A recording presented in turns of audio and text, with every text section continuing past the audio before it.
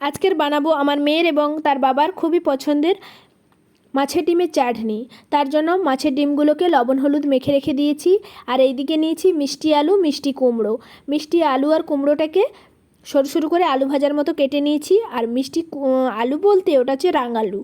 তারপর কড়াইতে জল চাপিয়ে জলটা ফুটে এলে লবণ হলুদ দিয়ে মাছের ডিমগুলোকে সেদ্ধ করে নেব। এই সেদ্ধ করার উপকারিতা হলো ডিমটা ঝুরঝুরে হয়ে যাবে, আর দুই হচ্ছে ডিমটার মধ্যে আঁশটে গন্ধ থাকবে না। তেলের মধ্যে ভেজে নিলে মাছের ডিমগুলো ঠিক করে ভাজা হয় না, অনেকটা তেলও লাগে বেশি, কিন্তু এতে তেলের পরিমাণটা কম লাগবে।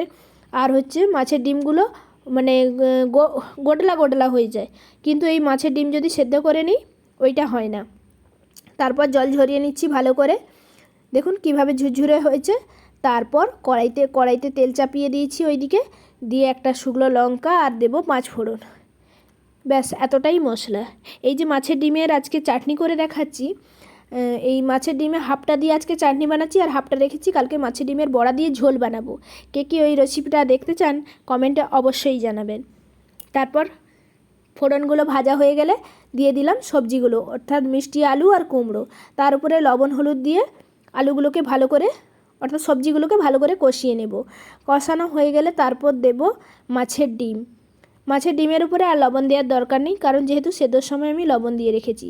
তারপর ওইদিকে মাছের ডিম আর সবজিগুলো একসঙ্গে কষানো হচ্ছে। এইদিকে একটা গামলি নিয়ে তার মধ্যে নিয়েছি কিছুটা জল এবং একটা আমসোটা নিয়েছি। আপনারা কাঁচা আমও নিতে পারেন, তাহলে আমটাকে সেদ্ধ করে নেবেন, আর আমচুর পাউডারও নিতে পারেন। তারপর ওই গোলানো জলটা একটু হলুদ দিয়ে গুলিয়ে জলটা দিয়ে দেব ওই মাছের ডিমের উপরে।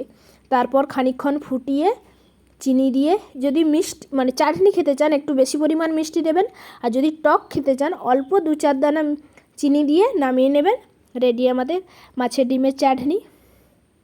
অবশ্যই কমেন্টে জানাবেন রেসিপিটা কেমন লেগেছে আপনাদের।